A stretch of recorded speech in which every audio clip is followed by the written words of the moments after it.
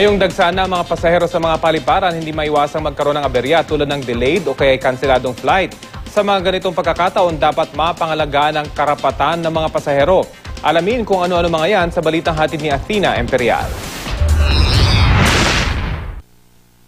Noong 2012, naglabas ng Joint Administrative Order ang DTI at DOTC para protektahan ang interes ng mga pasahero ng eroplano.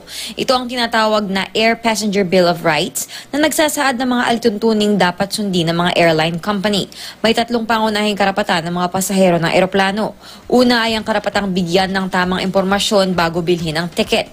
Pangalawa ay ang karapatang masulit ang serbisyong binayaran. At pangatlo ay ang karapatang mabayaran sakaling magkaaberya. Kung hindi naman late sa itinakdang oras, karapatan ng pasaherong maproseso para makapag-check-in. Ang check-in time para sa domestic flights ay 1 oras bago ang published estimated time of arrival. Karapatan ng bawat pasaherong makasakay sa binayaran niyang flight.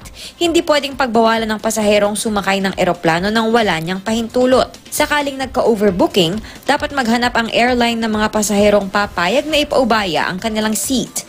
Kung walang ibang pasaherong papayag, dapat taasan ng airline ang compensation package. Kapag kanselado ang biyahe, dapat maabisuhan ang pasahero. Kung nakansela ang biyahe ng hindi bababa sa 24 na oras bago ang estimated time of arrival dahil sa aberya, kailangang i-rebook o i-reimburse ng airline ang pasahero depende sa kanyang nais. Kapag nakansela naman ang biyahe ng mababa sa 24 na oras bago ang estimated time of arrival, kailangan bigyan ng amenities ang pasahero tulad ng pagkain, inumin at hotel accommodation.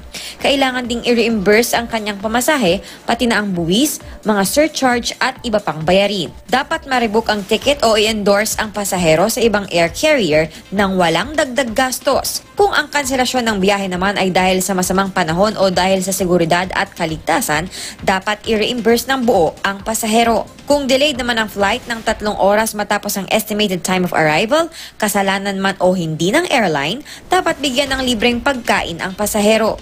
Gayon din ng libreng tawag, text o email at first aid kung kailangan.